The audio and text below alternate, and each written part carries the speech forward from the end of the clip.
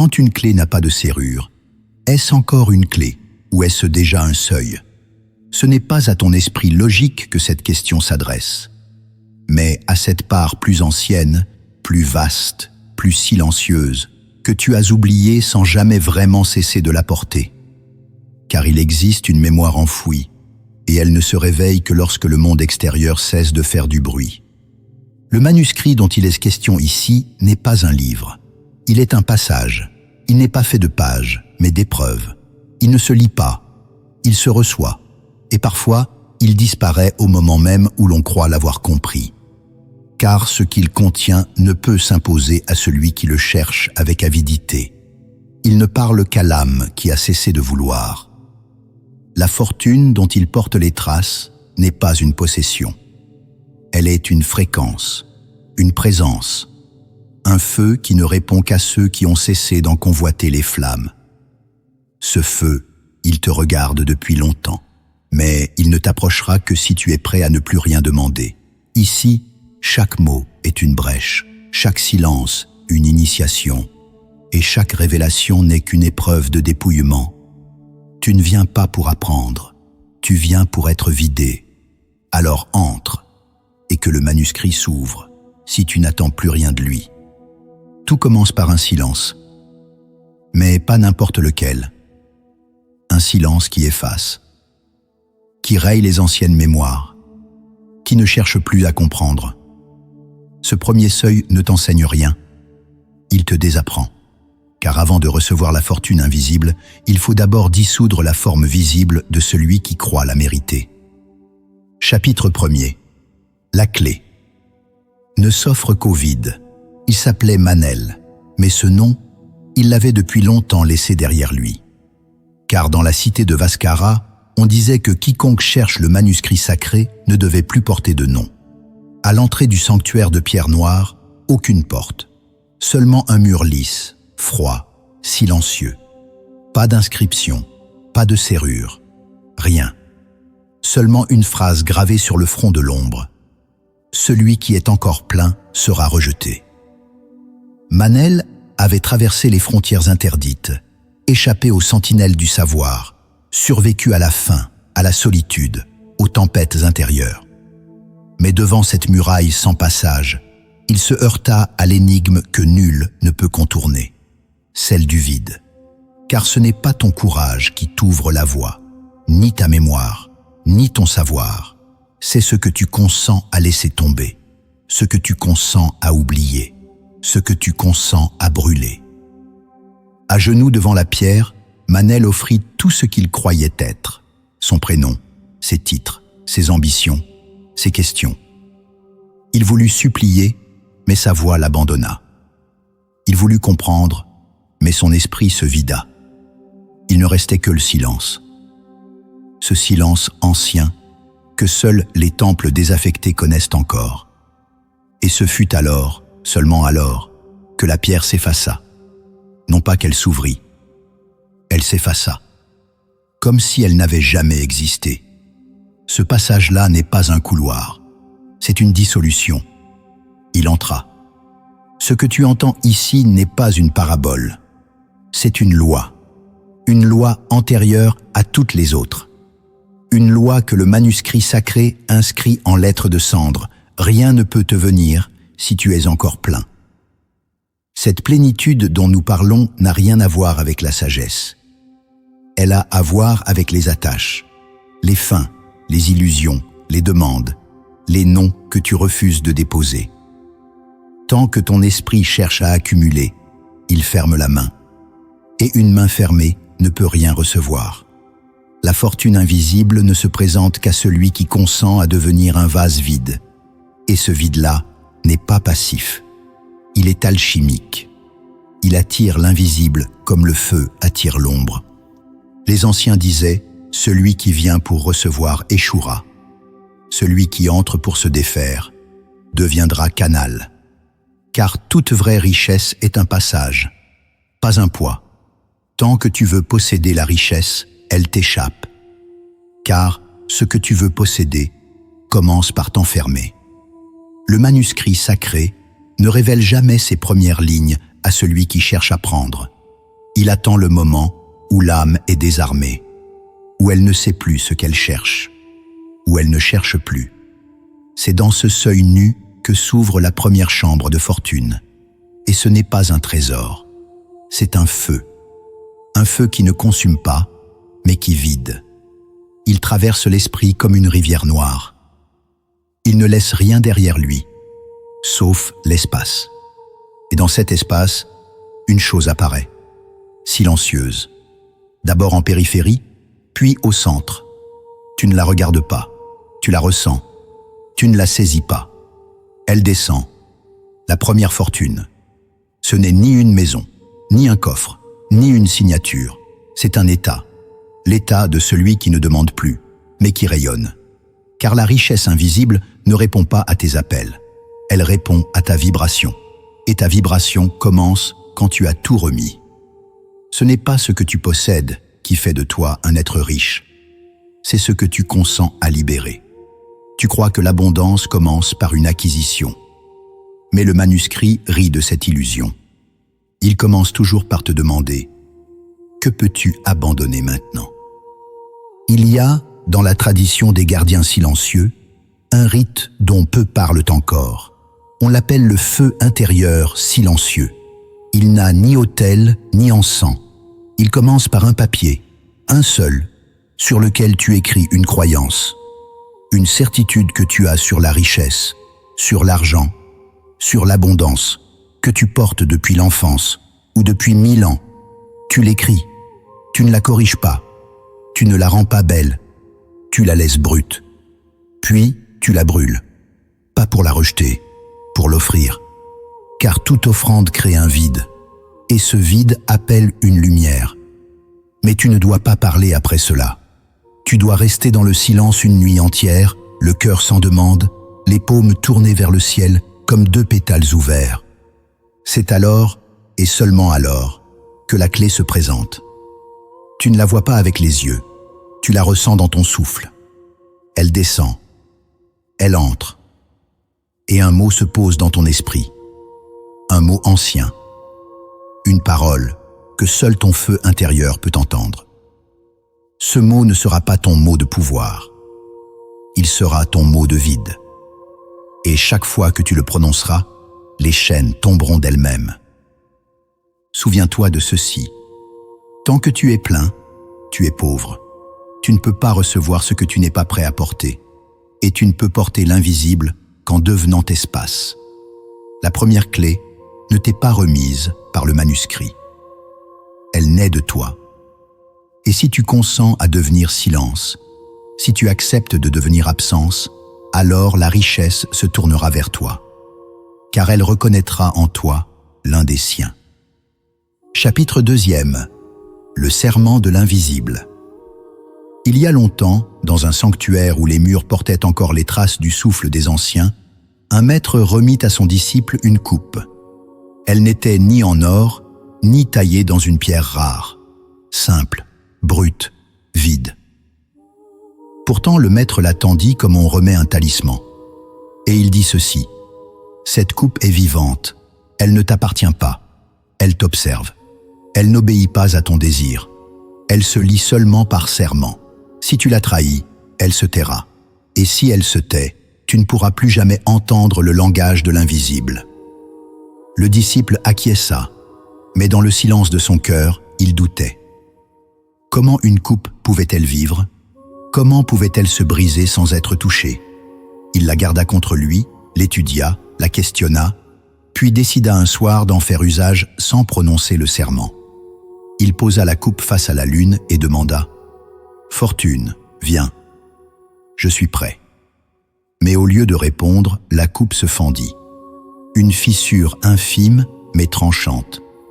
Et le silence qui suivit fut plus lourd que 1000 condamnations. Car ce que le disciple ignorait, c'est que l'invisible est fidèle. Et comme tout être fidèle, il fuit ceux qui ne s'engagent pas. L'univers n'est pas un distributeur, c'est un temple. La richesse dont nous parlons ici n'est pas un gain, mais une alliance. Elle ne vient jamais à ceux qui veulent prendre. Elle descend vers ceux qui jurent de ne pas trahir. Car chaque bien invisible est porteur d'un souffle.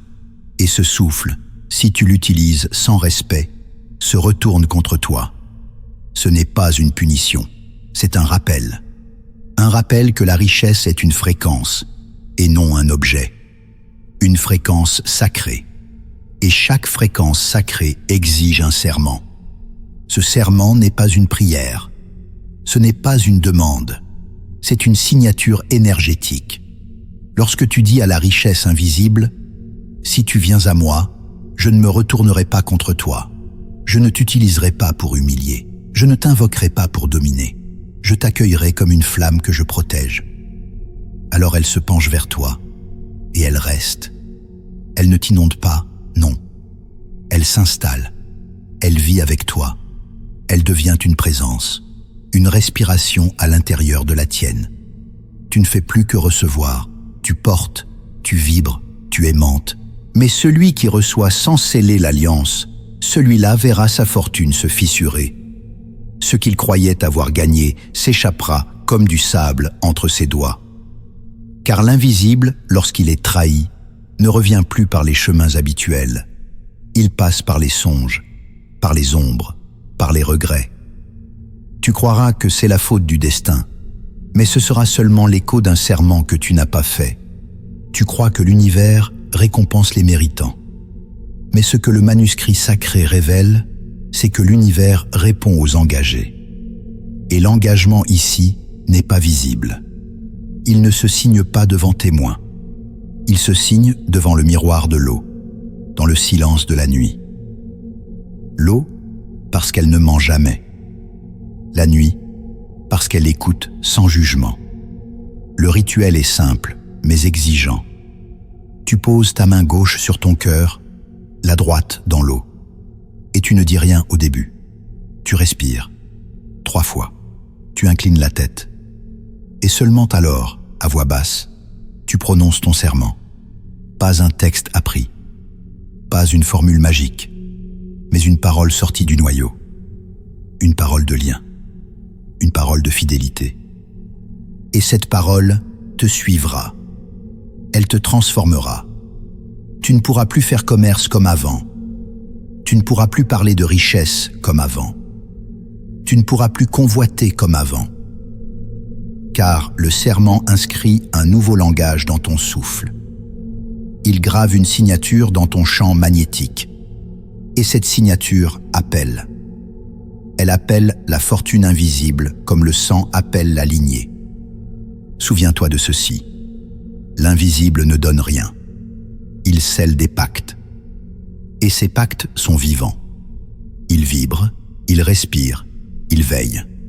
Tu n'es plus un mendiant. Tu deviens un porteur, un gardien, un sanctuaire mobile. Et dans chaque choix, chaque échange, chaque silence, l'univers écoute. Tiens-tu encore ton serment? Le disciple, des années plus tard, retrouva le maître. Il portait une nouvelle coupe, différente. Mais cette fois, il n'attendait plus de recevoir. Il la portait pour transmettre. Car le serment véritable n'est pas seulement un lien avec la richesse. C'est une invitation à devenir à ton tour source. Tu as vidé la coupe, tu as scellé ton serment. Maintenant, une autre loi s'éveille, plus ancienne encore, plus déroutante. Elle dit que la richesse ne se conquiert pas. Elle te cherche. Et si tu vibres juste, elle t'entend. Elle ne répond ni à l'effort, ni à la demande. Elle répond à l'alignement. Chapitre 3e. La richesse te cherche aussi. Il vivait loin, si loin, que même les étoiles semblaient oublier de briller au-dessus de lui. On l'appelait simplement l'ermite des brumes. Il n'était pas pauvre, ni riche. Il n'était pas sage, ni fou. Il était là, immobile, chaque matin, dans la forêt qui ne portait plus de nom. Il marchait sans but, les pieds nus sur la terre humide, les mains ouvertes comme 2 feuilles tombées d'un arbre ancien. Et ce silence qu'il portait, un silence qui ne demandait rien, mais qui disait tout, attirait à lui ce que les rois ne savaient pas obtenir. Des graines poussaient là où il s'asseyait. Des animaux blessés venaient guérir près de lui. Des voyageurs perdus retrouvaient leur souffle en croisant ses yeux. Un jour, un roi le trouva, un roi riche de toutes les manières visibles. Mais ce roi tremblait, car il avait peur que tout ce qu'il possédait ne se transforme en cendres. Il s'approcha de l'ermite et demanda « Pourquoi toi ? Pourquoi tout vient à toi alors que tu ne fais rien pour le gagner ?» L'ermite répondit d'une voix lente, comme si chaque mot était pesé par les siècles. « Parce que je ne la cherche pas, elle me cherche, et je suis resté visible. » Ce que cet homme exprimait sans l'expliquer, le manuscrit sacré le révèle sous forme d'une loi oubliée. La richesse véritable, celle qui échappe à la matière, est une entité vivante. Elle cherche ceux qui sont prêts. Elle voit ce que tu ne montres pas. Elle ne se laisse pas séduire. Elle reconnaît. Et ce qu'elle reconnaît, ce n'est pas ta volonté. Ce n'est pas ton talent. Ce n'est même pas ton besoin. C'est ton axe, ta vibration, ton alignement avec quelque chose de plus grand que toi. Nous avons été formés à chasser, à demander, à prier pour recevoir. Mais celui qui comprend cette loi sait que ce n'est pas le cri qui attire, c'est le silence. Ce n'est pas le désir qui appelle, c'est la présence. Lorsque tu cesses de poursuivre, lorsque ton énergie cesse d'être tendue vers l'extérieur, alors l'invisible se retourne. Et dans ce retournement, une chose étrange se produit. Tu deviens visible pour ce qui est caché. C'est cela que l'ermite avait compris. Il ne demandait pas. Il n'espérait pas. Il était. Et cela suffisait. Son être vibrait dans une justesse silencieuse, et cette justesse appelait. Ce que tu veux aujourd'hui, peut-être te fuit-il parce que tu l'étouffes par ta quête. Peut-être que la fortune que tu convoites tourne autour de toi comme un faucon dans le ciel, attendant que tu arrêtes de lever les bras pour essayer de l'attraper. Car elle ne se pose que sur l'épaule de ceux qui ne l'appellent plus, non par résignation, mais par complétude. Ce n'est pas l'indifférence qui attire, c'est la paix intérieure. Le calme magnétique de celui qui a fait le vide, mais qui ne supplie pas, qui a prononcé son serment, mais qui n'impose rien. Celui qui vibre, celui qui est devenu un centre. Le manuscrit te dit « Tu es un axe, non une flèche ». Cela signifie que ta tâche n'est pas de viser, mais de stabiliser, de descendre profondément en toi, de rectifier ce qui tremble encore, de purifier ce qui demande encore trop fort. Et lorsque ton centre devient clair, ferme, transparent, alors l'invisible se souvient. Car la richesse véritable, celle qui vient sans lutte, celle qui reste sans effort, suit toujours le souvenir. Elle n'obéit pas à l'intelligence, elle suit une carte intérieure. Et si cette carte est lisible, elle vient. Mais que faire alors ? Rester là, à attendre. Non, tu ne dois pas attendre. Tu dois rayonner, tu dois marcher, comme l'ermite, sans but apparent mais avec une présence totale. Tu dois respirer non pour atteindre, mais pour habiter. Tu dois te tenir debout dans ton axe comme un obélisque ancien, sans mots, sans mouvement, mais traversé de lumière. Le rite du manuscrit, ici, est clair. Pendant 7 jours, abandonne toute prière de demande. Marque 1 heure par jour où tu marches sans objectif. Pas de destination, pas de plan. Juste une marche dans l'ouverture. Et pendant cette marche, tu répètes intérieurement « Je suis là ». S'il est temps qu'elle me voie. C'est une phrase simple, mais elle porte une vibration rare. Elle ne demande rien. Elle affirme une présence. Et cette affirmation ouvre des portails. La posture, elle aussi, est simple. Assieds-toi chaque soir, dos droit, mains sur les cuisses, les yeux mi-clos. Ne regarde rien. Ne visualise rien. Pose ton regard intérieur dans la poitrine, au centre, là où le silence respire. Respire lentement, sans direction, sans vouloir atteindre un état, respire pour être là. C'est tout. Et plus tu fais cela, plus tu redeviens lisible pour ce qui t'attend. Tu as cru que la richesse était un aboutissement. Elle est un rendez-vous. Tu croyais qu'elle devait être provoquée. Elle doit être accueillie. Tu l'as peut-être éloignée en voulant la précipiter.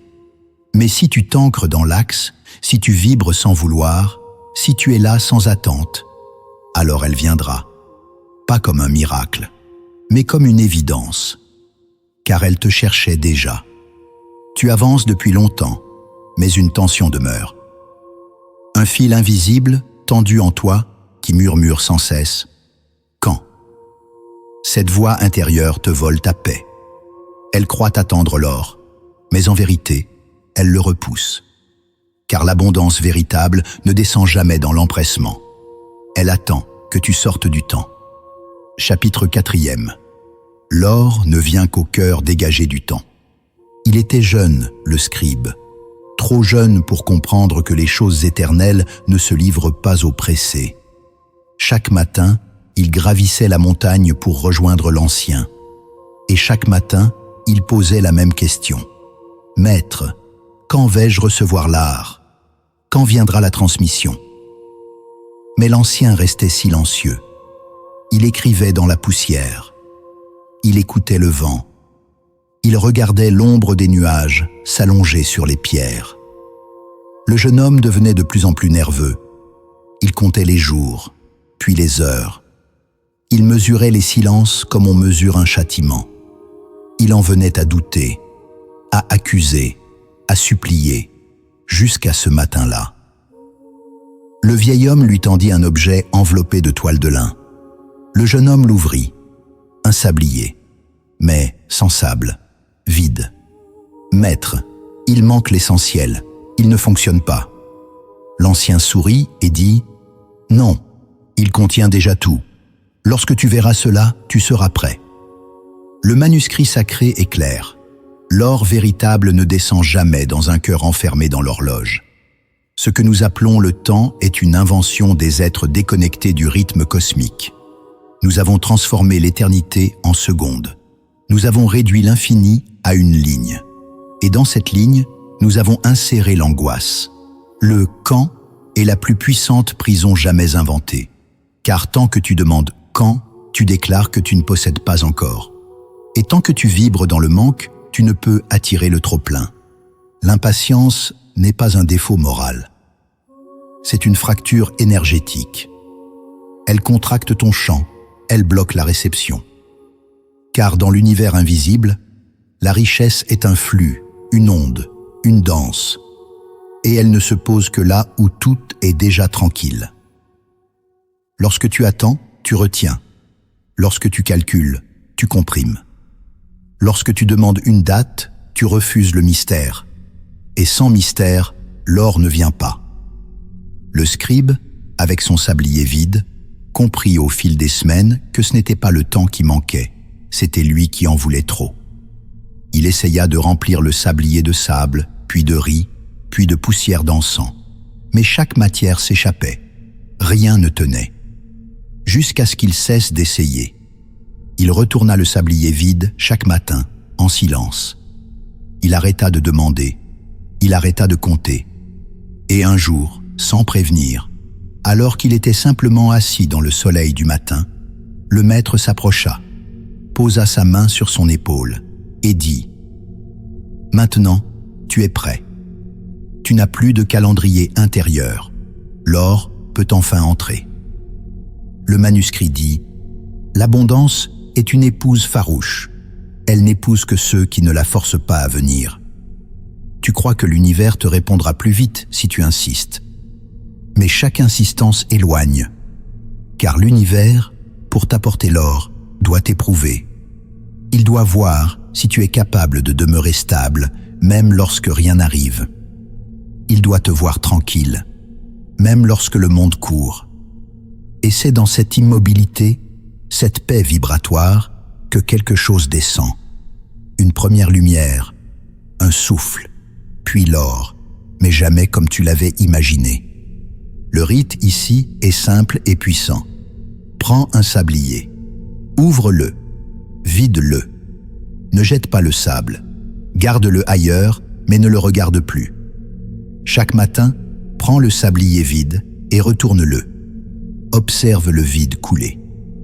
Même s'il ne coule pas, ce geste est un enseignement.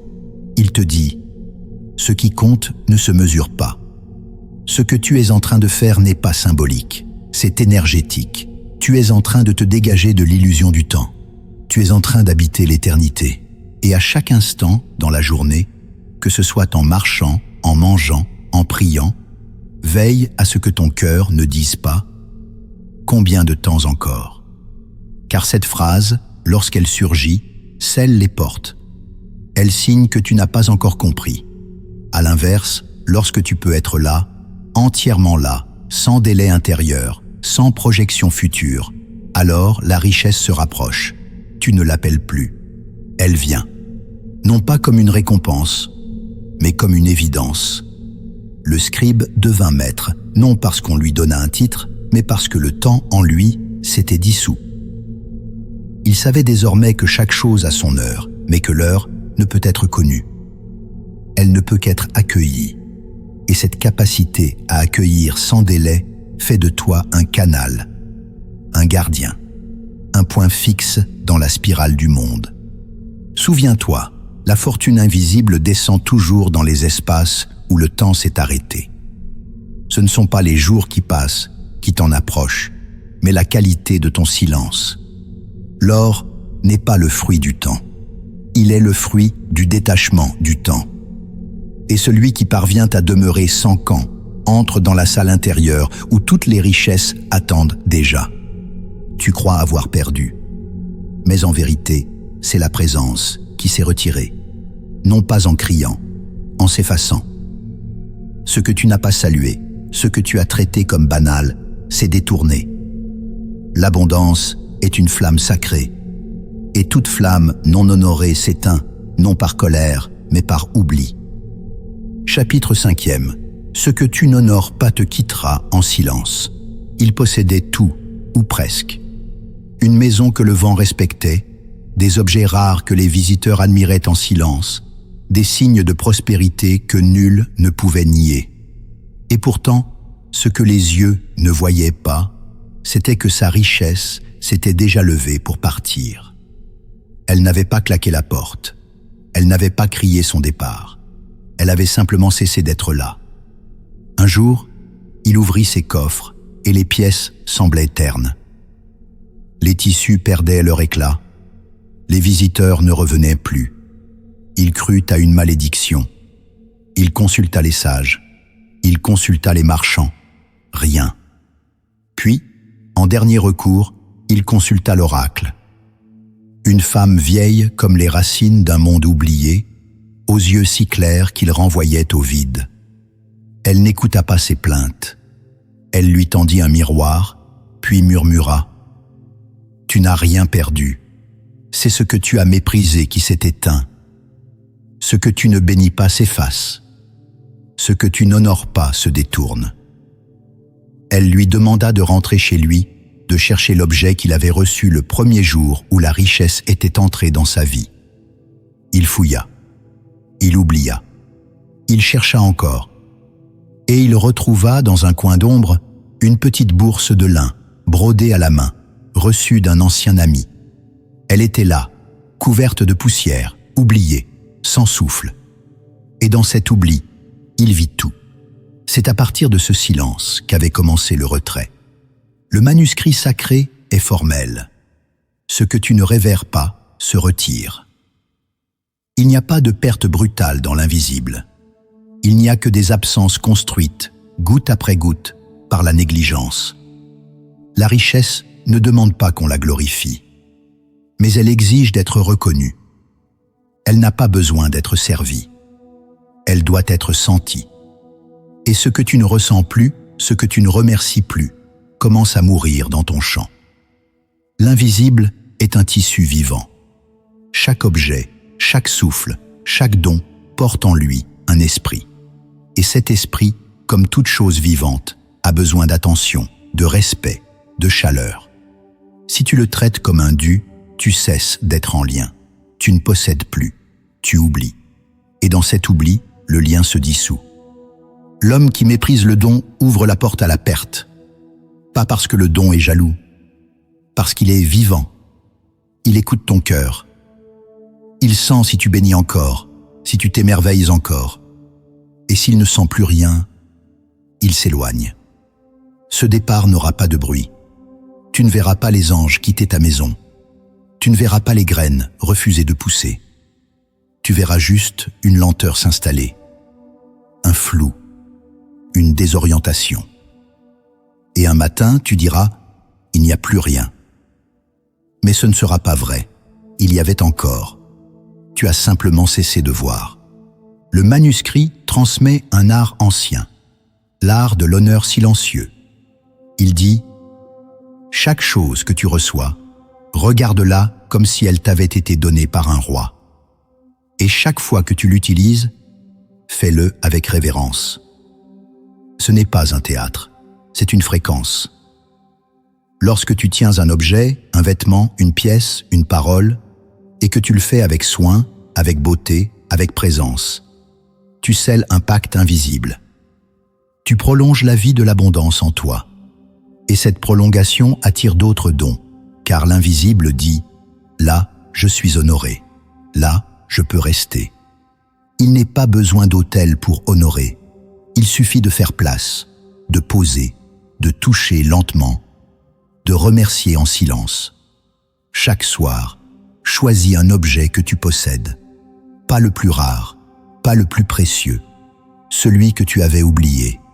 Nettoie-le, pose-le quelque part, allume une lumière près de lui et reste en silence. Pose ta main dessus, dis « Je n'ai pas oublié ». Tu fais encore partie du pacte.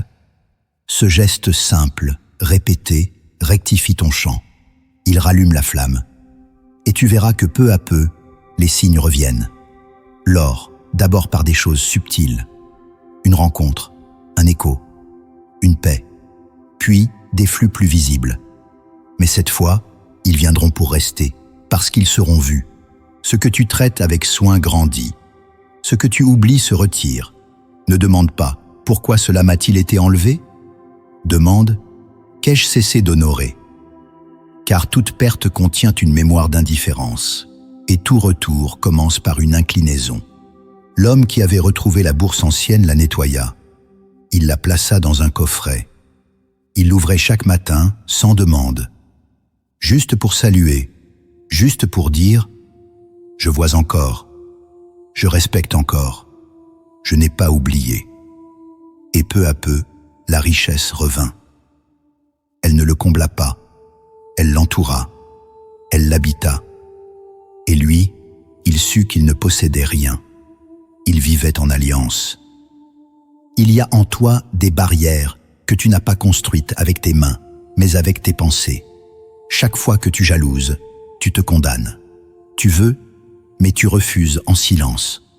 Ce que tu critiques en secret s'éteint en toi. La richesse n'entre jamais dans un cœur qui soupire en voyant celle des autres. Chapitre 6e. Tu n'attireras jamais ce que tu jalouses.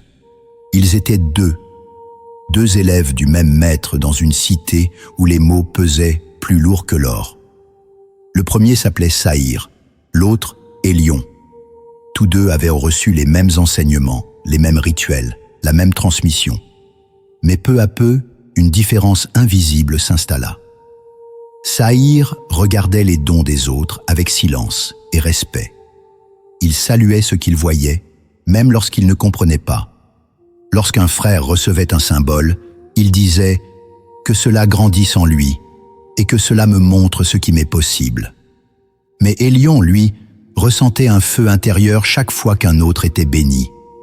Il ne le montrait pas, il souriait, il félicitait même.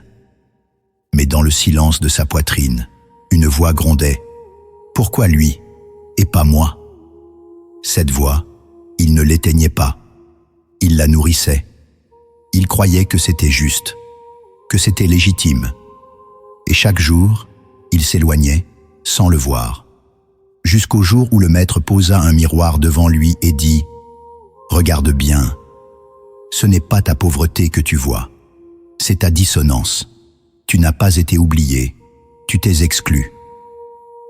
Le manuscrit sacré ne laisse aucun doute. Ce que tu jalouses, tu le refuses. Tu ne le crois pas parce que ton esprit dit « mais je le désire, je le veux ». Pourtant, l'univers n'écoute pas tes mots. Il lit ton chant. Et ton chant est façonné non par tes déclarations conscientes, mais par la vibration de tes pensées silencieuses. Lorsque tu vois un autre posséder ce que tu désires, et que tu ressens une amertume, une contraction, un ressentiment, alors tu déclares, sans le savoir, « Cela n'est pas pour moi, cela me dérange, cela me blesse ». Et l'univers obéit, non pas comme un juge, mais comme un miroir. Tu ne peux pas attirer ce que tu n'arrives pas à bénir, tu ne peux pas recevoir ce que tu critiques, même mentalement. Chaque mot intérieur est une prière, chaque pensée une incantation, et jalouser, c'est prier pour le manque, c'est demander à rester à distance. L'univers ne punit pas, il reflète. Et lorsque ton regard devient trouble devant la lumière d'un autre, tu éteins ta propre lampe. Saïr n'avait pas tout. Il ne recevait pas plus qu'Hélion, mais il recevait avec calme. Et il regardait l'abondance des autres comme une prophétie. Il ne disait pas « Pourquoi pas moi ?» Il murmurait « Cela existe donc, cela est possible. » Et cette phrase, si discrète soit-elle, ouvrait les portes. Les entités de l'invisible, les gardiens de la fortune, venaient vers lui parce qu'il était prêt à se réjouir, parce qu'il ne se contractait pas, parce qu'il n'avait pas peur qu'il n'y ait pas assez.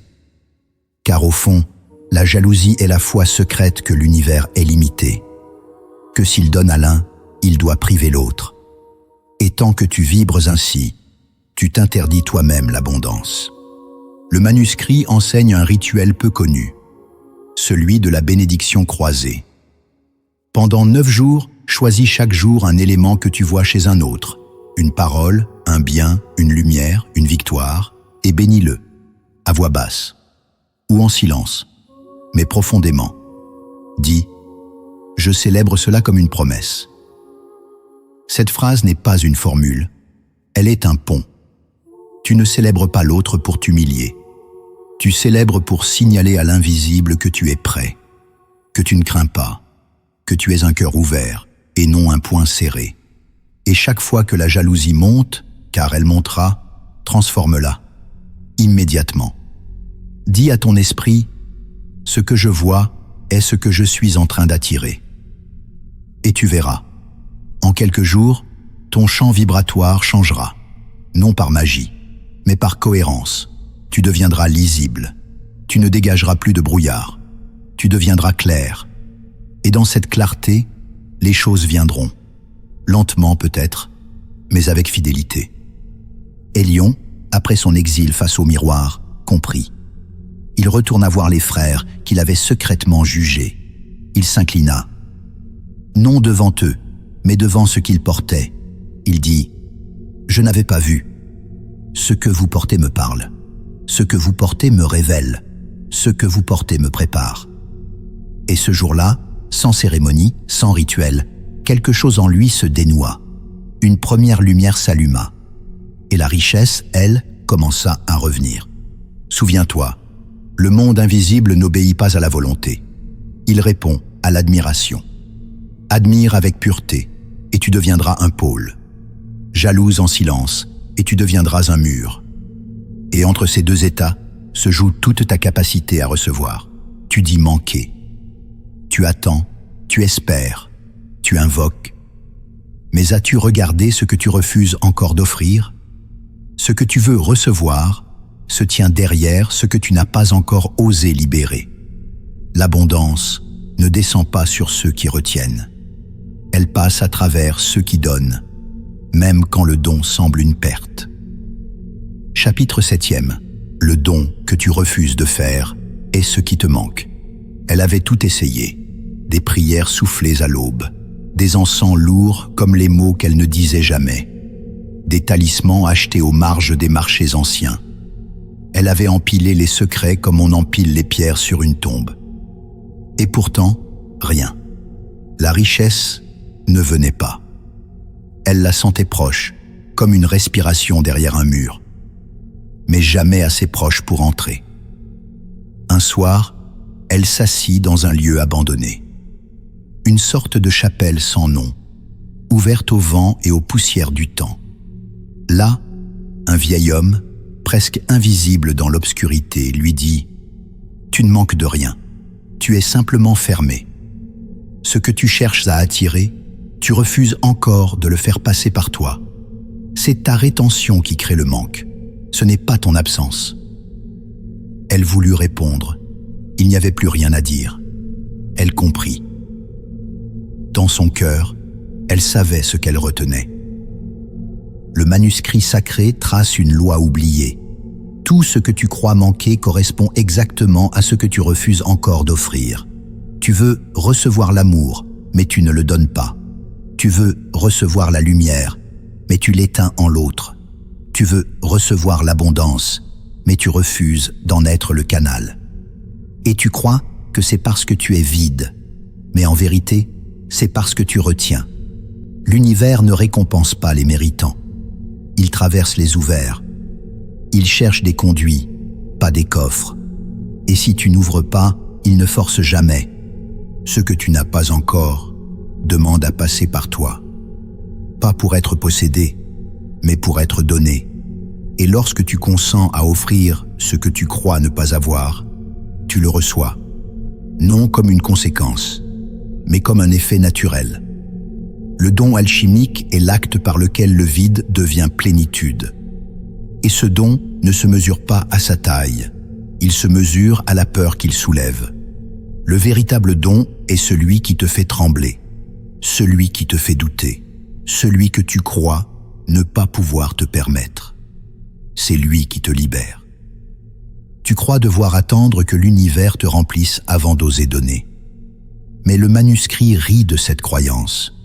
Il dit « Donne ce que tu crois ne pas avoir, et tu verras que tu l'as toujours porté. » La richesse ne vient pas pour combler, elle vient pour circuler, et elle ne circule que là où il y a mouvement, là où il y a offrande, là où il y a abandon. Lorsque tu retiens, tu bloques. Lorsque tu donnes, tu ouvres. Et cette ouverture appelle, elle devient un souffle, une rivière, une lumière. Le rituel transmis ici est simple, mais puissant. Pendant 9 jours, choisis chaque jour un don à faire. Pas nécessairement matériel.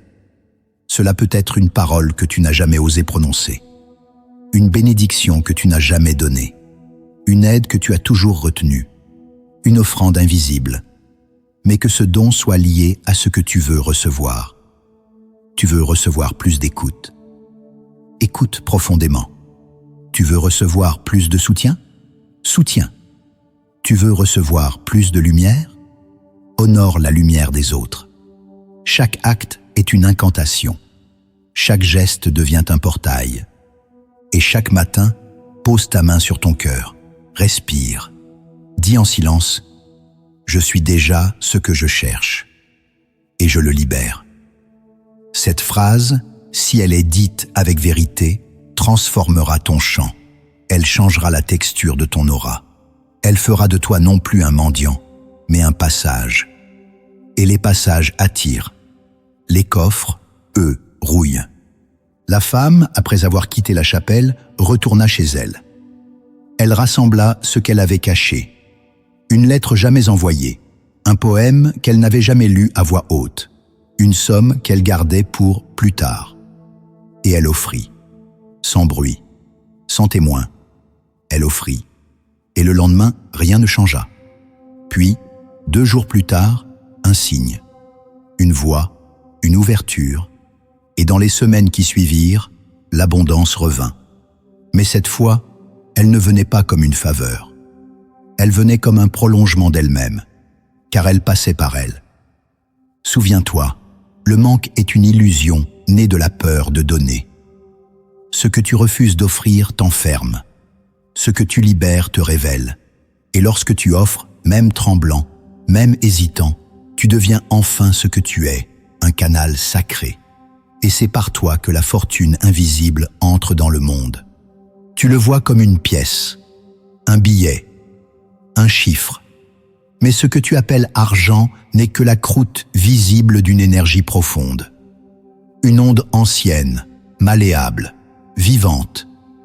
Et tant que tu n'as pas reconnu sa nature sacrée, il se détournera de toi. Car l'argent n'est pas un objet, c'est un esprit. Chapitre 8e. Ce que tu appelles argent n'est qu'un reflet grossier d'une énergie sacrée. Il avait hérité d'une pièce ancienne, transmise de génération en génération, enfermée dans un petit coffre de bois noir. On disait qu'elle portait en elle la bénédiction des fondateurs de sa lignée. L'homme était orfèvre. Il avait appris à transformer le métal, à le plier, à le faire briller.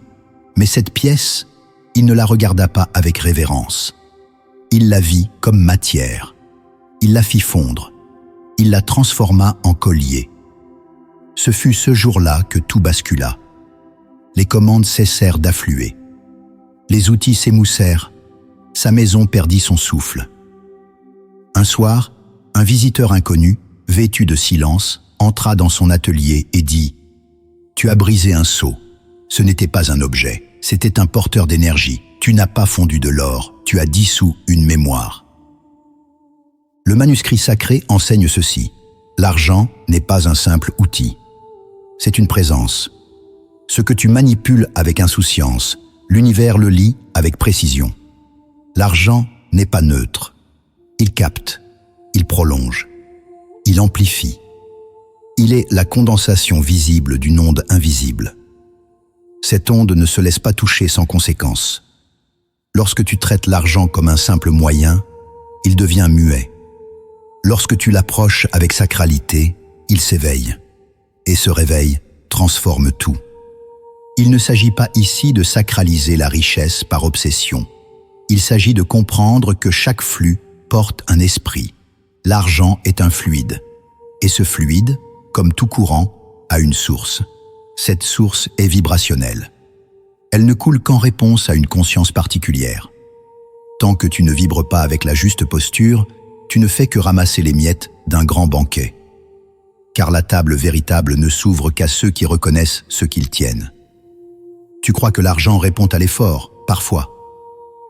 Tu crois qu'il répond à la stratégie, par moments. Mais en vérité, il répond d'abord à la posture, à la manière dont tu entres en relation avec lui. Es-tu dans le désir, la peur, la conquête? Ou es-tu dans l'honneur, la conscience, la coopération? Car il sent cela, il lit cela, il suit cela. L'argent entre par les mains claires. Il fuit les mains tendues avec avidité. Le vieux sage que l'orfèvre consulta dit ceci. Tu n'as pas perdu l'abondance, tu l'as profanée, et maintenant, elle se tait. Tu dois la purifier, tu dois la reconsacrer. Il lui remit un petit bol d'eau de source, un brin de cèdre et une pièce vierge. Il lui dit, lave-la, souffle sur elle, et bénis-la avant de l'échanger. Ne dépense jamais sans intention, ne reçois jamais sans gratitude. L'orfèvre comprit. Ce n'était pas un rite ancien, c'était une loi vivante. Le manuscrit dit « Chaque transaction est un pacte, chaque échange, un miroir, chaque billet, un messager. » Cela signifie que tu ne peux plus vivre comme avant. Tu dois, à partir de maintenant, entrer dans chaque mouvement financier avec un regard éveillé, même pour les plus petits gestes. Une pièce donnée dans la rue, une facture réglée, un pain acheté, un service vendu. Tout cela doit être conscience. Tout cela doit être cérémonie. Car à chaque fois, tu signales à l'univers qui tu es. Le rituel est simple. Prends une somme symbolique, une pièce, un billet, ou même une valeur numérique. Purifie-la, par l'eau, par le souffle, par une lumière. Puis pose tes mains dessus et dis en silence « Je ne te possède pas, je te bénis. Va là où tu dois aller. » et reviens si cela est juste. Tu crois que cela est naïf, mais ce sont ces gestes invisibles qui façonnent le chant, qui sculptent le lien, qui clarifient la vibration. Et peu à peu, tu verras, l'argent changera de visage. Il ne viendra plus dans le stress, mais dans la fluidité. Il ne partira plus dans la fuite, mais dans la continuité. Il ne sera plus un étranger, il sera un allié, une extension, une offrande. Souviens-toi, ce que tu appelles argent n'est que le vêtement d'une énergie plus vaste. Si tu traites le vêtement comme sacré, l'énergie s'y maintiendra. Si tu le traites comme un chiffon, l'esprit s'en ira, et tu resteras avec un objet vide. L'orfèvre, des mois plus tard, reprit son art. Mais cette fois, chaque œuvre qu'il créait était un sanctuaire. Et dans chacune, il scellait un souffle. Il ne vendait plus, il transmettait. Et l'or, lui, revint. Non pour briller, mais pour parler. Ce que tu appelles chez toi n'est pas qu'un abri.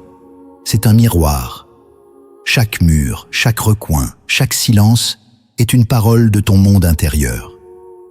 Et si l'abondance ne descend pas, ce n'est peut-être pas toi qui la refuse. C'est le lieu lui-même qui l'empêche d'entrer. Le sacré ne visite que les maisons qui l'invitent. Chapitre 9e. Le lieu où tu vis est un reflet de ton champ invisible. Il gravit les montagnes, traversa les forêts, marcha sous le soleil et la lune. Tout cela pour rencontrer celui que l'on nommait le maître sans demeure.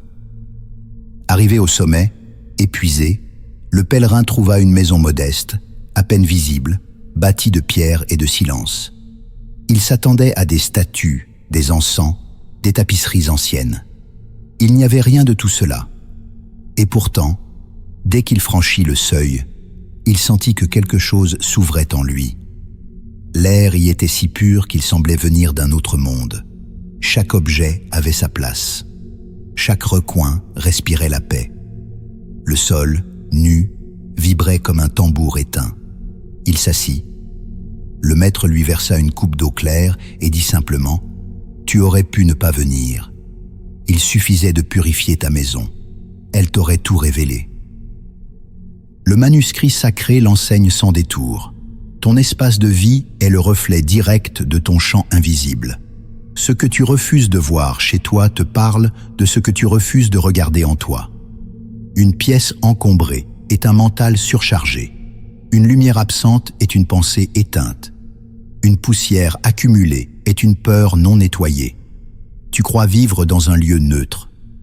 Mais ton lieu est une extension, une projection. Et il est vivant. Il écoute, il respire, il juge et il appelle. L'abondance ne descend pas dans un lieu où règne la confusion. Elle ne traverse pas les murs tachés par l'oubli. Elle ne s'ancre pas sur un sol que l'on foule sans conscience. L'invisible a besoin d'un vaisseau, d'un réceptacle. Et ce réceptacle, ce n'est pas ton compte bancaire, ni ton intelligence. C'est ton espace. Là où tu dors, là où tu marches, là où tu t'assois en silence. Si ce lieu est fermé, l'énergie ne descend pas. Si ce lieu est profané par l'habitude, l'invisible s'en détourne. Tu veux changer ta vie. Commence par changer ton espace. Mais pas avec précipitation. Avec conscience. Avec lenteur. Marche chez toi comme on marche dans un temple. Ne pose rien sans intention. Ne laisse rien traîner comme si le lieu te devait l'accueil. Le lieu ne te doit rien. Tu dois l'honorer. Et lorsque tu commences à le traiter comme un sanctuaire, il devient un aimant. Il devient un appel. Il devient un autel sur lequel l'abondance peut descendre. Le manuscrit donne un rite simple, mais profond. Chaque jour, pendant 7 jours, choisis une zone de ton espace. Purifie-la. Nettoie-la sans distraction. Puis reste là. Allume une lumière, une bougie, une lampe, peu importe. Et prononce une parole d'accueil. Une seule. Mais qu'elle vienne du cœur. Puis reste en silence. Laisse le lieu te répondre. Il le fera. Pas par des mots, mais par une sensation, une expansion, une paix. Et surtout, change ta posture. Ne marche plus chez toi comme un passant. Marche comme un gardien. Chaque geste devient prière. Chaque ouverture de porte devient seuil. Chaque objet déplacé devient offrande. Tu n'habites pas un lieu. Tu habites une vibration. Et cette vibration est soit porteuse, soit limitante. Elle amplifie ou elle freine. Elle bénit ou elle bloque. Le pèlerin, après cette rencontre, redescendit sans autre enseignement. Il comprit que ce n'était pas le maître qu'il devait trouver, mais le sanctuaire qu'il devait créer. Il rentra chez lui, alluma une lumière et dit « Je suis revenu ». Et ce fut ce soir-là que les choses commencèrent à changer. Les messages affluèrent, les blocages cédèrent, les rêves reprirent vie, parce que l'espace était devenu clair, et qu'un espace clair attire les bénédictions. Souviens-toi, le lieu où tu vis parle en ton nom. Il dit à l'univers si tu es prêt. Il déclare ton ouverture ou ta confusion. Et si tu veux recevoir plus, purifie ce qui t'entoure. Car toute richesse visible commence par un espace invisible devenu sacré.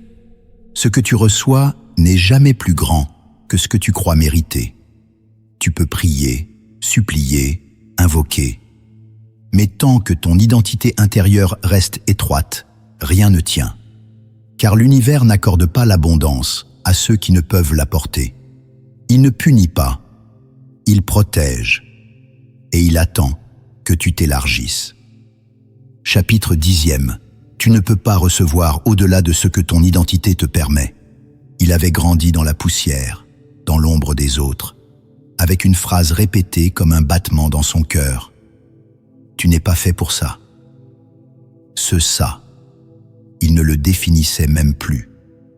C'était le confort, c'était la paix, c'était la dignité. Un jour, un événement que l'on aurait appelé hasard dans un autre monde changea son sort. Un vieux marchand mourut, lui laissant un coffre rempli d'or. Aucun héritier, aucun retour possible. Le coffre lui appartenait, pleinement. Et pourtant, en l'espace de 40 jours, il n'en resta rien. Pas à cause de la folie, pas par luxure. Simplement, parce que cet or ne collait pas à l'image qu'il avait de lui-même. Il donna, il perdit, il dilapida, il s'excusa même d'en avoir. Et le jour où tout fut parti, il sentit un soulagement étrange. Comme si l'univers lui avait rendu sa place. Celle de l'homme qui manque. Lorsqu'un sage vint à lui et lui dit « Tu n'as pas manqué de moyens, tu as manqué d'identité », il comprit. Le manuscrit sacré est clair, tu ne peux pas recevoir plus que ce que ton identité actuelle autorise. Tu crois que c'est le monde extérieur qui fixe tes limites. Mais c'est ta voix intérieure qui te les souffle chaque matin. Ton récit est ton plafond. Ce que tu penses mériter, consciemment ou non, agit comme un sceau. Et tout ce qui tente d'entrer au-delà de ce seuil est rejeté, expulsé, oublié, brisé. Non parce que l'univers ne veut pas, mais parce que toi, tu ne te vois pas capable de porter davantage. Tu as peut-être déjà reçu quelque chose de grand, et tu l'as perdu, non par erreur, mais parce que la vibration de ton être n'avait pas encore été élargie pour le contenir. L'abondance n'est pas fragile, mais elle exige un contenant stable. Et ton identité, tant qu'elle est fondée sur la peur, sur le rejet, sur la honte, agit comme un vase fendu. Tu reçois, mais tu ne retiens pas. Le manuscrit enseigne ceci. L'univers ne répond pas à ton désir. Il répond à ta structure. Et cette structure, c'est l'idée que tu portes de toi-même. Tu veux recevoir plus ? Tu dois devenir plus grand à l'intérieur. Tu dois t'étirer. Tu dois élargir le regard que tu poses sur toi. Tu ne peux pas accueillir la richesse avec une identité construite sur la survie. Tu ne peux pas abriter l'or si tu te crois destiné à la poussière. Il ne s'agit pas d'arrogance. Il s'agit de dignité. L'abondance ne descend pas sur ceux qui s'élèvent au-dessus des autres. Elle descend sur ceux qui s'élèvent au-dessus de leurs anciennes chaînes. Il ne suffit pas de vouloir. Il faut pouvoir porter. Et ce pouvoir commence par une métamorphose intérieure. Transformer ton « je ne suis pas assez » en « je suis prêt ».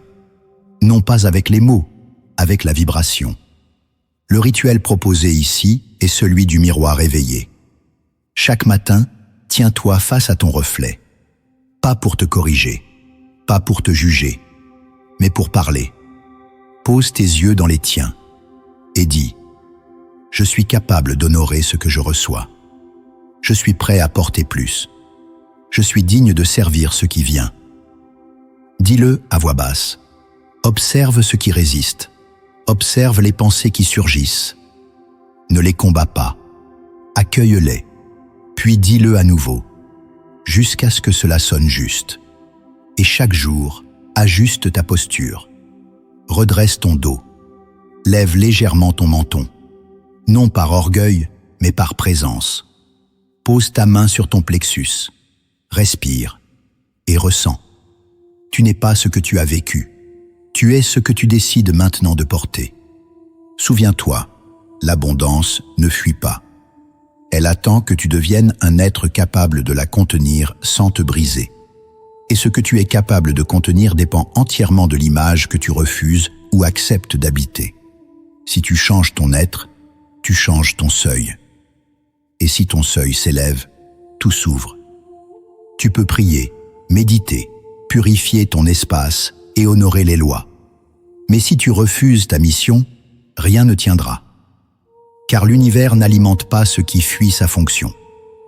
Tant que tu caches ton don, tant que tu trahis ton appel, l'abondance se retire.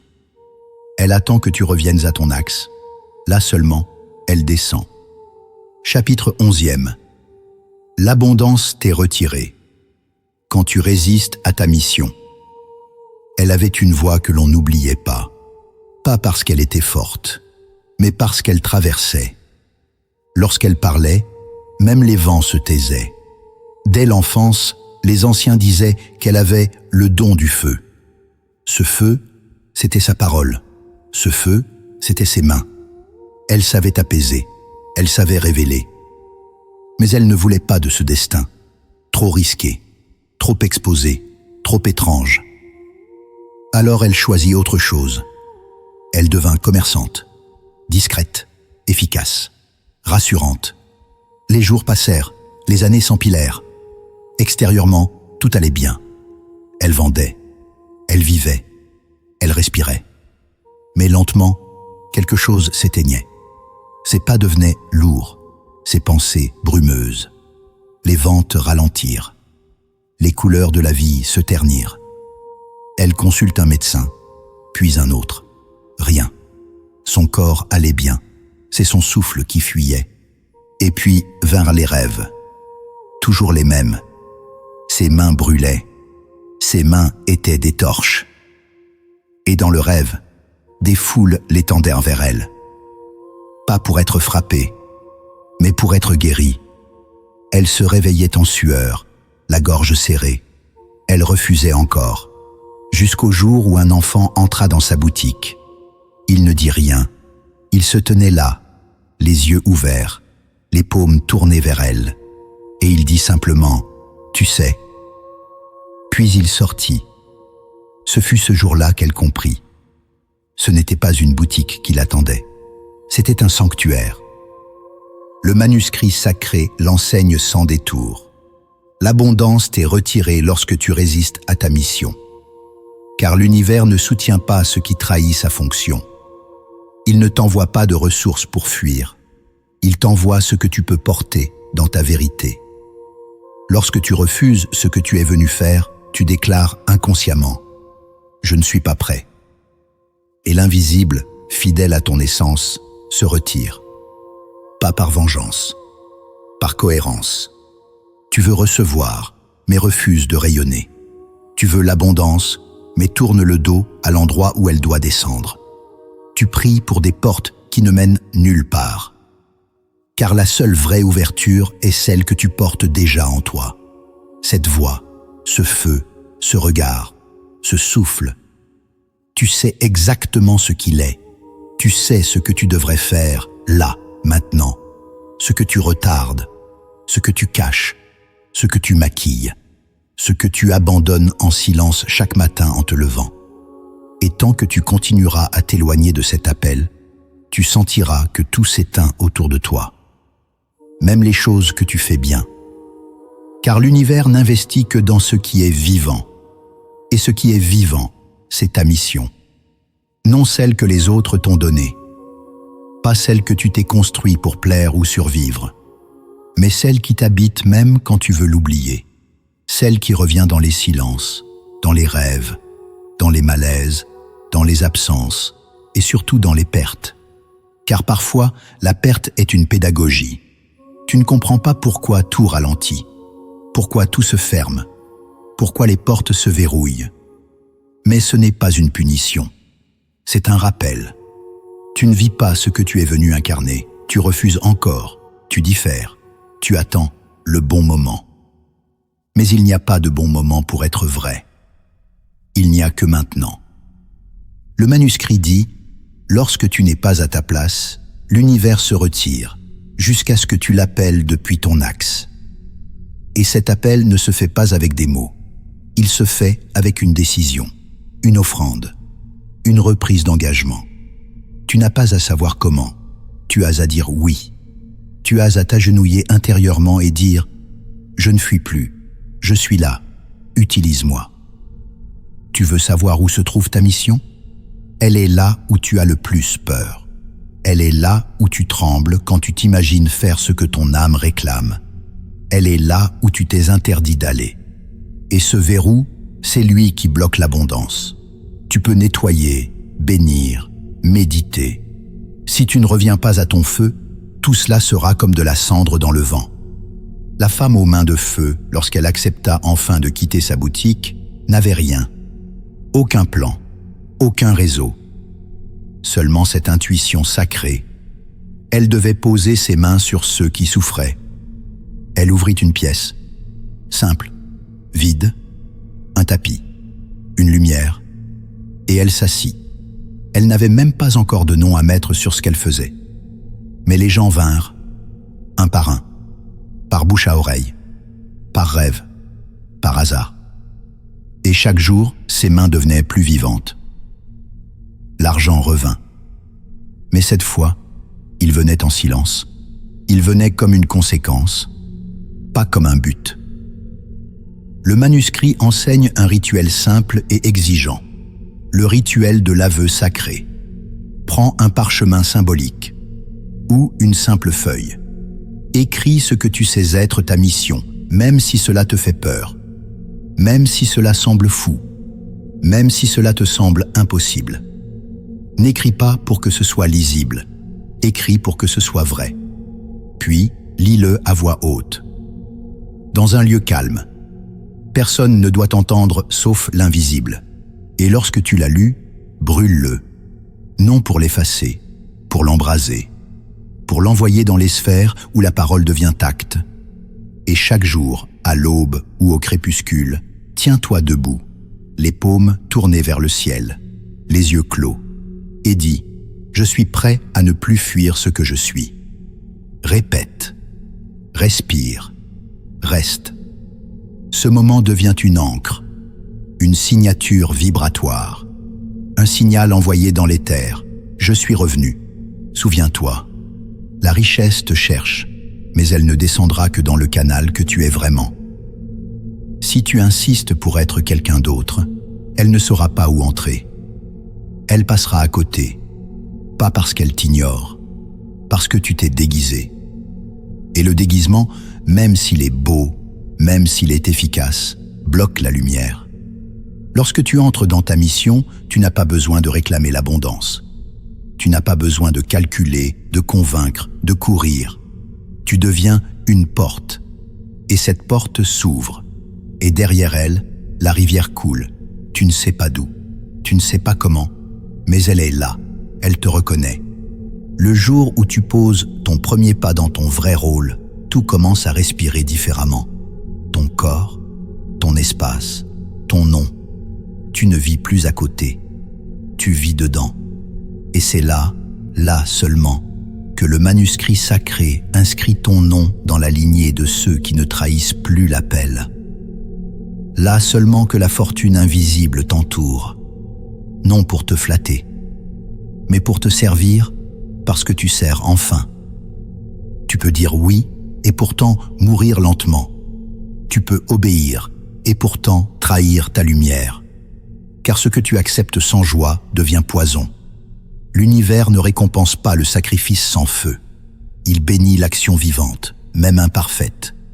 La joie est un sceau sacré. Si elle s'éteint, l'abondance s'éloigne et l'âme s'épuise. Chapitre 12e. Ce que tu acceptes sans joie devient un poids qui t'étouffe. Il accomplissait tout avec une exactitude que nul ne pouvait remettre en question. Il se levait à l'heure, il priait, il saluait, il travaillait, il remerciait. De l'extérieur, il était ce que l'on appelait un homme droit, un modèle. Mais à l'intérieur, une lente fatigue s'installait. Pas la fatigue du corps, mais celle de l'âme.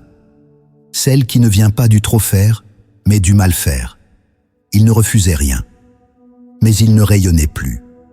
Ses gestes étaient vides, sa voix mécanique, son regard figé. Il faisait tout ce qu'on attendait de lui. Et pourtant, il se sentait mourir un peu plus chaque jour.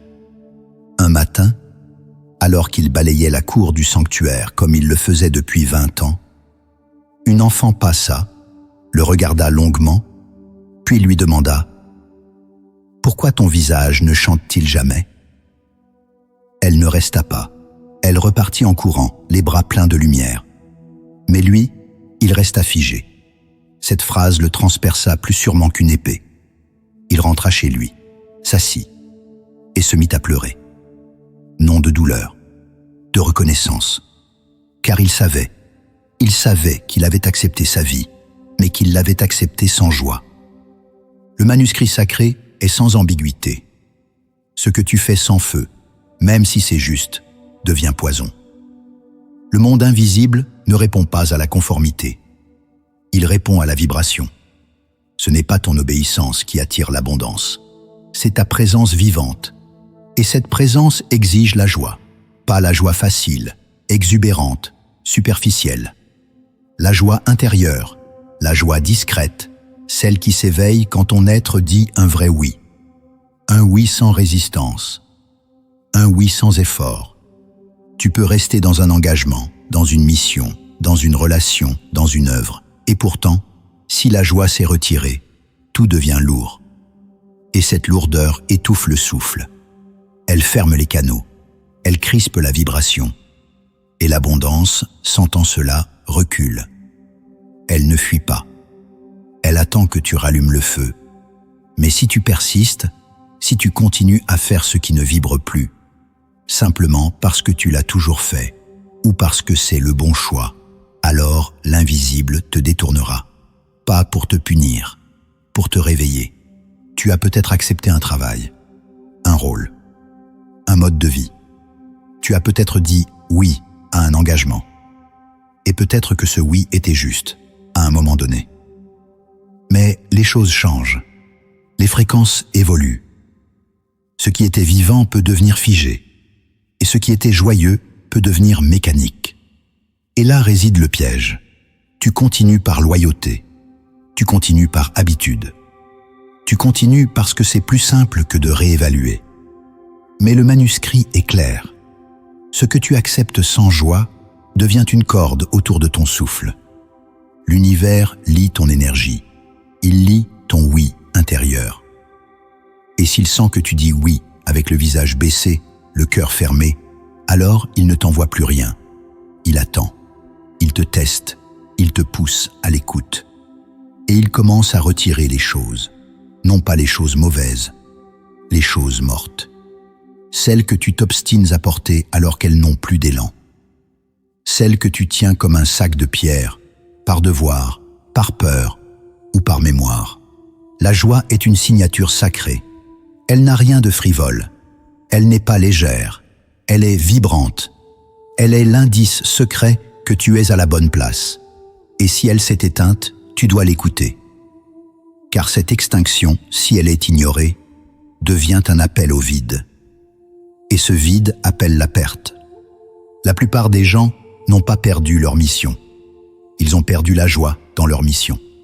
Et comme ils n'ont pas su réallumer cette joie, ils ont fini par faire de leur don une prison. Ils servent sans flamme. Ils donnent sans lumière. Ils prient sans vibration. Et dans cette pâleur, l'abondance ne sait plus où entrer. L'homme pieux, après cette phrase d'enfant, prit une décision. Il ne changea pas tout. Il ne partit pas. Il resta. Mais il reprit un à un chacun de ses gestes. Il ne fit plus rien par devoir. Chaque geste, il le revisita. Il se leva plus lentement. Il allume la lampe avec tendresse. Il s'inclina avec présence. Il mit de la musique en cuisinant. Il bénit ses propres mains. Il transforma son quotidien. Et peu à peu, la joie revint. Non pas comme une explosion, comme une lueur, une chaleur, un murmure. Et avec elle, les choses changèrent. Le visage devint lumineux, le souffle plus vaste, et l'univers recommença à répondre. Le rituel ici est celui de l'accord vrai. Chaque matin, pose ta main sur ton cœur, respire profondément et demande en silence « Est-ce encore juste ? Est-ce encore vivant ?» Ne cherche pas une réponse mentale. Ressens. Si une lourdeur monte, si une tension surgit, alors il y a une tâche à réajuster. Peut-être pas à abandonner, mais à purifier. Peut-être qu'elle est encore juste, mais qu'elle demande un nouveau souffle. Peut-être qu'elle n'est plus pour toi. Et si tel est le cas, aie le courage de la laisser. Et ensuite, dans chaque action, chaque parole, chaque échange, fais ce petit ajustement vibratoire. Respire avec un sourire intérieur, même dans l'effort, même dans la contrainte, même dans l'inconnu. Ce sourire intérieur est un feu discret. Il ne change pas le monde, il change ton champ. Il informe l'univers que tu es encore là, vivant, réceptif, présent. Et cela suffit parfois à relancer les courants. Souviens-toi, l'univers ne bénit pas les automates, il bénit les vivants. Et tu ne peux pas tricher. Si la joie est morte, tout meurt. Si la joie revient, tout renaît. Tu n'as pas à être parfait. Tu as à être vibrant. Et cette vibration commence là où tu arrêtes de dire oui, pour faire plaisir, pour t'obliger, pour obéir. Et où tu commences à dire oui avec lumière, même faible, mais réelle. Ce que tu acceptes sans feu devient un mur. Ce que tu fais avec un minimum de joie devient un pont. Et parfois, ce pont te mène plus loin que 1000 prières. Tu crois que les grandes choses naissent dans le bruit. Mais ce sont les silences qui portent les semences les plus puissantes. Ce que tu fais sans témoin, ce que tu poses sans demande, ce que tu confies au vide, devient visible dans l'invisible. L'univers écoute les actes silencieux avec plus d'attention que les cris. Chapitre 13e. Tout ce que tu poses, dans le silence prend racine dans l'invisible. Il sculptait la nuit, dans la forêt, sans feu, sans lumière, sans bruit. Personne ne savait ce qu'il faisait. Il ne parlait pas de son œuvre. Il ne montrait rien, pas par honte, pas par peur, mais parce que ce qu'il façonnait n'était pas destiné à l'œil. Il travaillait avec le souffle, avec la mémoire des arbres, avec les murmures de la terre. Chaque geste, il le faisait comme une prière. Chaque coup de lame dans le bois était un battement sacré. Et le bois, peu à peu, s'ouvrait. Il disait que ses mains n'inventaient rien. Elles révélaient ce qui dormait déjà dans la matière. Il ne signait pas ses créations. Il ne les gardait pas. Il les laissait là, au cœur du silence. Un jour, un homme perdu dans la forêt trébucha sur l'une de ses œuvres. Il n'y avait pas de sentier, pas de balise, rien. Mais la sculpture semblait l'attendre. Lorsqu'il la vit, il ne parla pas. Il ne comprit pas. Il tomba à genoux. Quelque chose en lui s'ouvrit, quelque chose qu'il croyait mort. Plus tard, il dirait « Je ne savais pas ce que je cherchais, jusqu'à ce que je sente cette œuvre m'appeler. » Elle n'a rien dit, mais j'ai tout entendu. Le manuscrit sacré murmure. Ce que tu poses dans le silence prend racine là où la parole ne va pas. L'univers ne se laisse pas forcer, il ne se laisse pas impressionner. Il ne répond pas au bruit, ni à l'agitation. Il écoute le silence.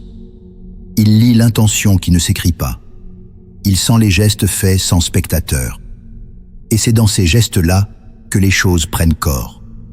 Lentement, profondément, de façon irrévocable. Tu veux que les choses aillent vite. Tu veux des signes, des retours, des preuves. Tu veux que ton offrande résonne immédiatement. Mais l'univers, lui, fonctionne autrement.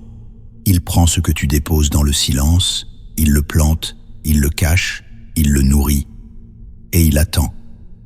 Il attend que tu oublies, que tu n'en fasses plus un enjeu, que tu ne cherches plus à contrôler le fruit. Et c'est à ce moment-là seulement qu'il laisse la plante sortir. Le silence est un sol sacré, et ce que tu poses dessus devient semence. Mais cette semence doit être libre, sans attachement, sans attente. Ce que tu fais avec une intention pure, sans désir d'être vu, d'être célébré, d'être reconnu. Ce que tu fais comme un geste intime avec le tout devient incantation.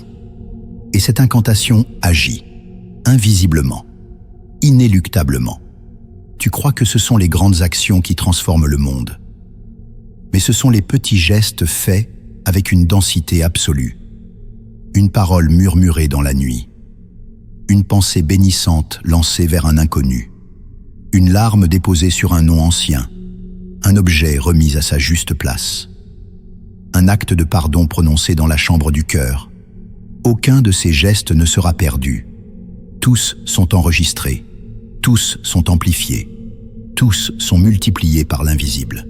Le manuscrit dit « Ce que tu fais en secret devient visible dans les mondes où tout se décide. » Cela signifie que le visible est toujours en retard sur l'invisible. Si tu veux que quelque chose change dehors, commence dedans.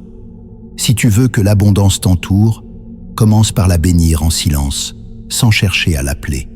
Si tu veux que la fortune te voie, agis comme si elle était déjà là.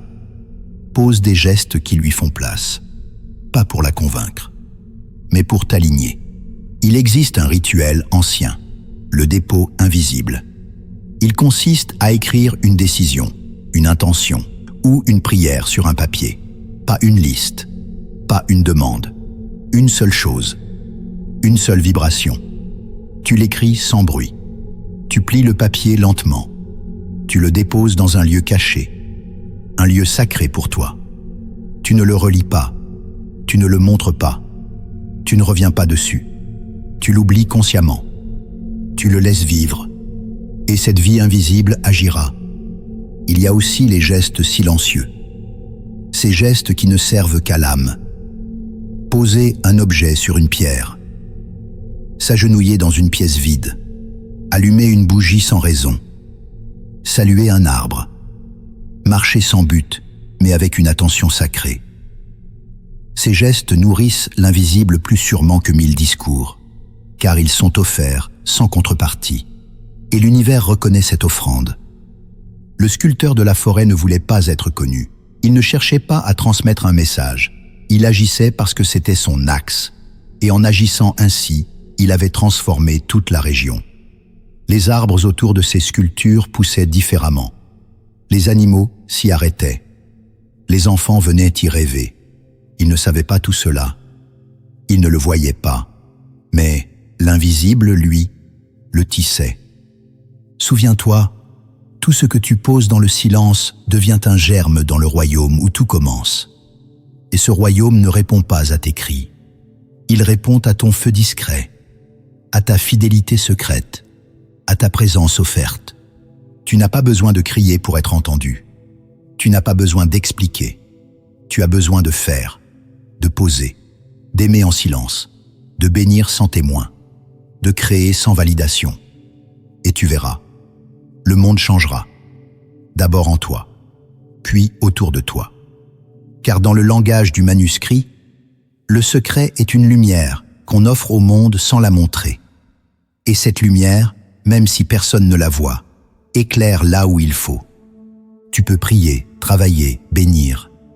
Mais si ton cœur tremble à l'idée de tout perdre, l'univers se referme. Car la peur est une offrande involontaire au manque. Ce que tu refuses de laisser partir finit toujours par s'éloigner. Le monde invisible attend une seule chose, que tu oses tout vivre sans rien retenir. Chapitre 14e, le manque te suivra tant que tu nourriras la peur de perdre. Il enfermait tout, ses pièces, son argent, ses souvenirs, même ses pensées. Il ne partageait rien qu'il ne puisse contrôler. Il voulait tout garder, tout préserver. Il croyait que c'était la voie de la sagesse, la prudence, la sécurité. Il ne faisait rien au hasard. Chaque dépense était calculée, chaque geste mesuré. Il passait ses journées à vérifier, à anticiper, à défendre. Il disait que c'était une vertu, la prévoyance. Mais derrière ce mot noble se cachait une tension, une peur sourde, une certitude silencieuse, celle qu'un jour il perdrait tout. Il ne le disait pas, mais son corps le criait. Ses mains étaient enfermées, ses yeux inquiets, sa voix toujours un peu tendue.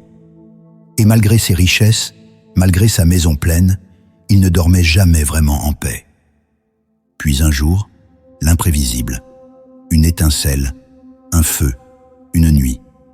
Tout ce qu'il avait enfermé brûla, sa maison, ses coffres, ses manuscrits, ses biens, tout. Il regarda les flammes, immobile. Mais ce ne fut pas la perte qui le brisa. Ce fut la révélation, celle qu'il n'avait jamais vraiment vécue avec tout ce qu'il possédait. Il avait tout conservé, sans jamais en jouir. Il avait tout gardé, sans jamais s'en nourrir. Il avait cru protéger sa richesse, mais en vérité, c'était elle qui l'avait emprisonné. Le manuscrit murmure, « Le manque n'est pas une absence de choses, c'est une présence de peur. Tu peux avoir tout et vivre dans le manque. Tu peux n'avoir presque rien et rayonner d'abondance. L'univers ne lit pas ton compte, il lit ton souffle. Il ne répond pas à ta réserve, mais à ta confiance. Et la peur de perdre est une barrière que tu dresses toi-même entre toi et la source. Ce que tu crains de perdre, tu ne le possèdes déjà plus. Tu l'as enchaîné dans l'ombre. Et l'univers, dans sa sagesse, finit toujours par t'en libérer. Parfois brutalement, parfois lentement, mais toujours avec l'intention sacrée de te faire comprendre que la véritable possession n'est pas dans la saisie, mais dans la fluidité. Ce que tu retiens se fane, ce que tu laisses circuler fleurit. La peur de perdre est l'enfant direct du conditionnement.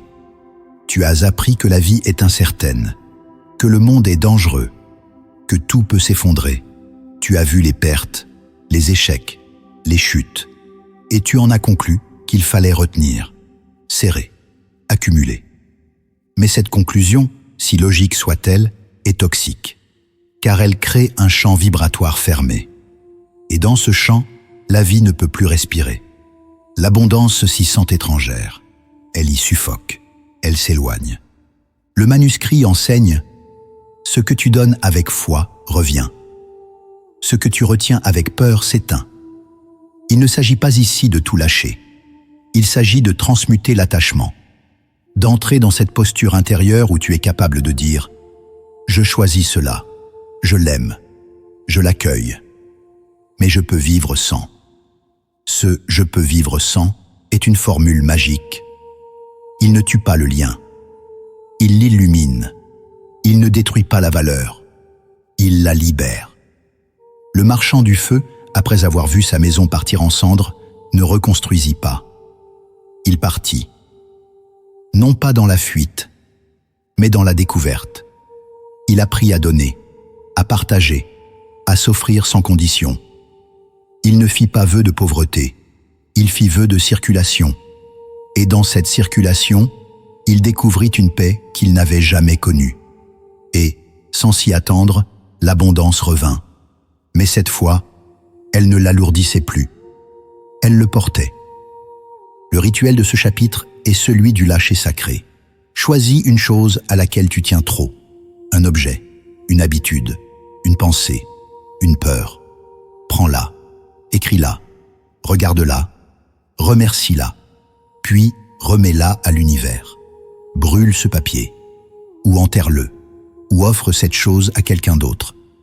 Le geste doit être réel, pas symbolique, pas imaginé, matériel. Et pendant que tu le fais, répète doucement « Je n'ai rien à perdre, car tout ce qui est juste m'est destiné. » C'est un pacte, un serment, une reprogrammation. La peur de perdre est une illusion tenace. Elle s'attache même à la spiritualité. Tu peux craindre de perdre ta paix, ton alignement, tes visions. Mais là encore, si tu retiens, tu bloques. Il faut tout rendre fluide, même le sacré, même le subtil, car ce que tu retiens avec force se transforme en force contre toi. Tu veux vivre en abondance? Alors entre dans cette posture souveraine. Je n'ai rien à défendre, je n'ai rien à protéger, je n'ai qu'à rayonner, et ce rayonnement attire. Il n'implore pas, il ne force pas, il aimante, naturellement. Ce que tu libères revient plus grand, ce que tu retiens disparaît plus vite. Le manque ne vient jamais de ce qui te manque. Il vient de la peur que tu entretiens à l'idée de manquer.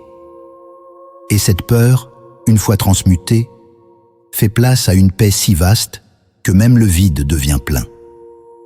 Il y a un seuil que peu osent franchir, celui où tu regardes tout ce que tu aimes et tu acceptes de le laisser partir.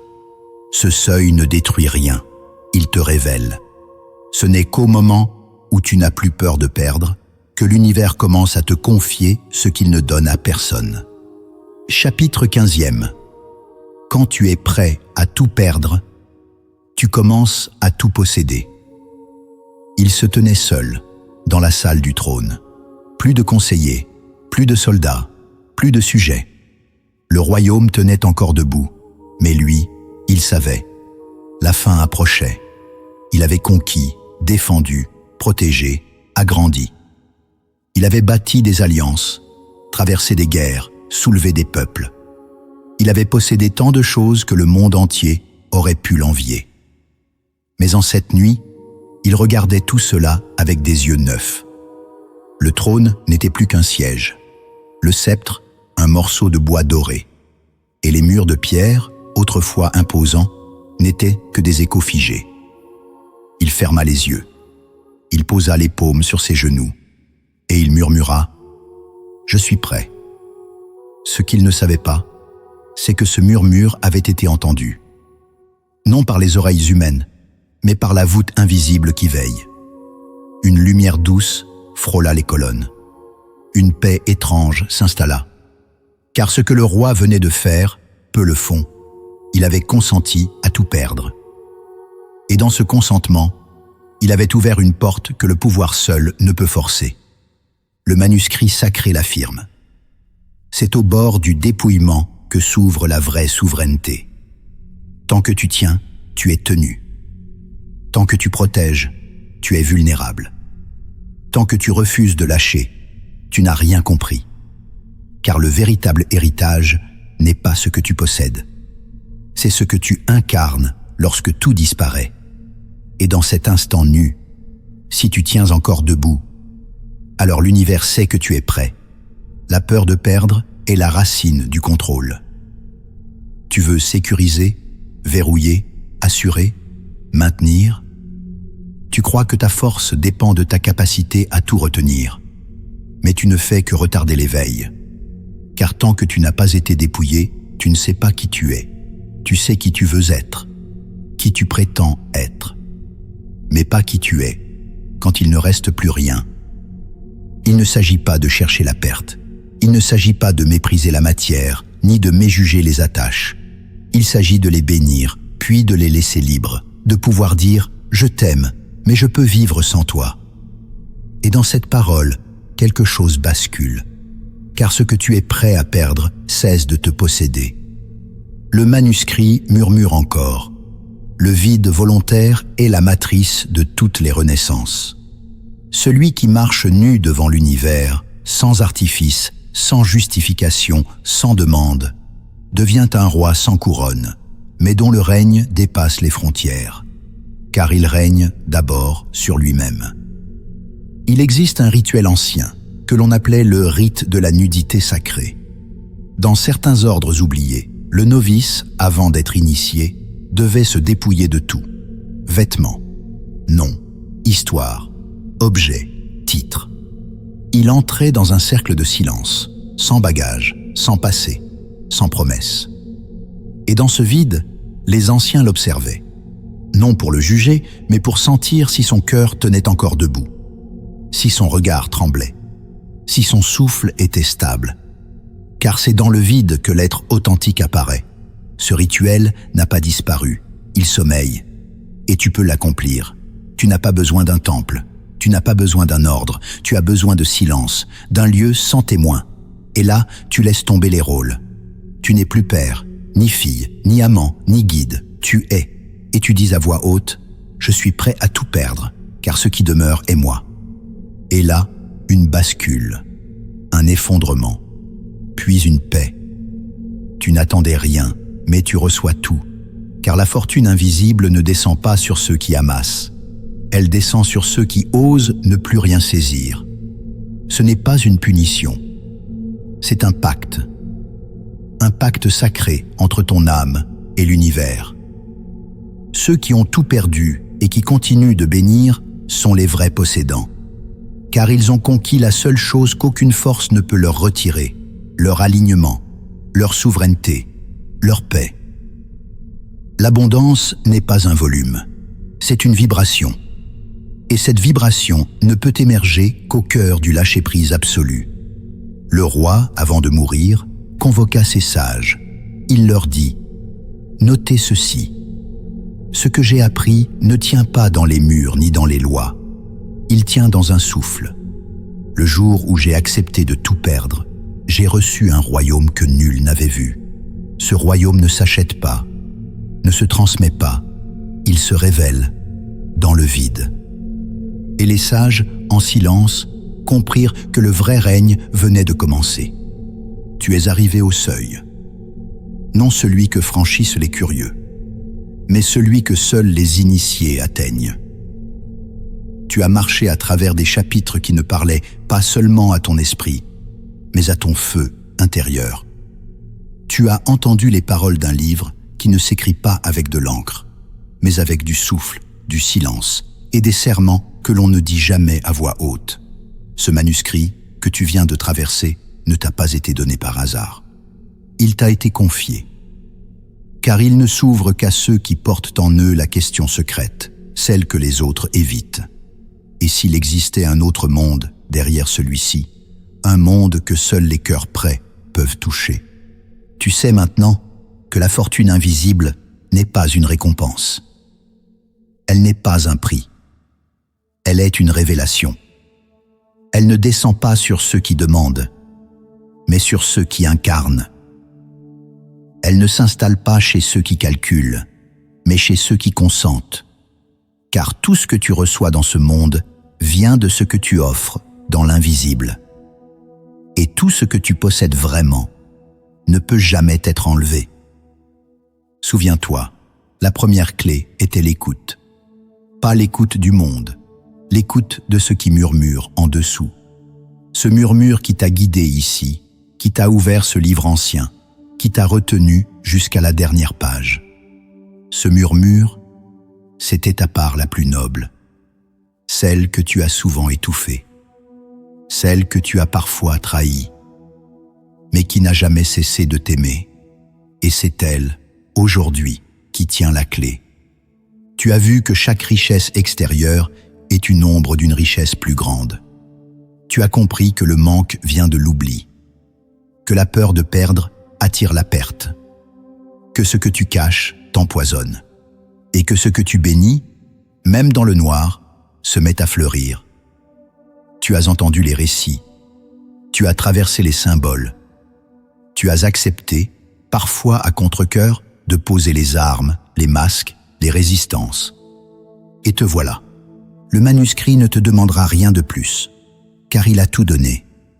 Mais il te pose une question, silencieuse, sacrée. Que vas-tu en faire? Tu pourrais l'oublier, refermer cette voie, retourner au monde comme si de rien n'était, reprendre la cadence, la peur, les routines mortes. C'est un choix. Il ne sera pas jugé.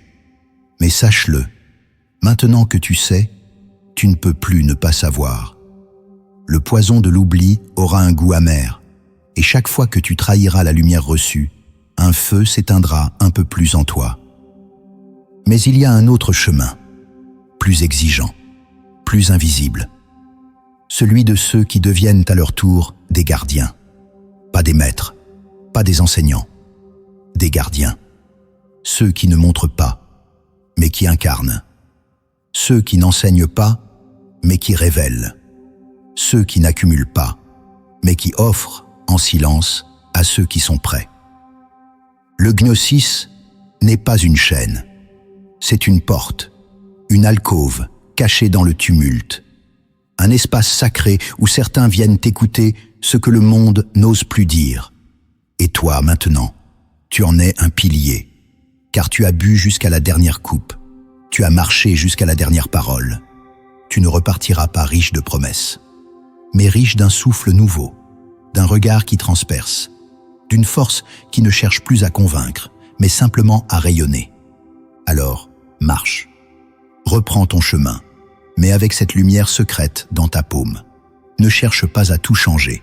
Sois simplement ce que tu es devenu en traversant ce manuscrit.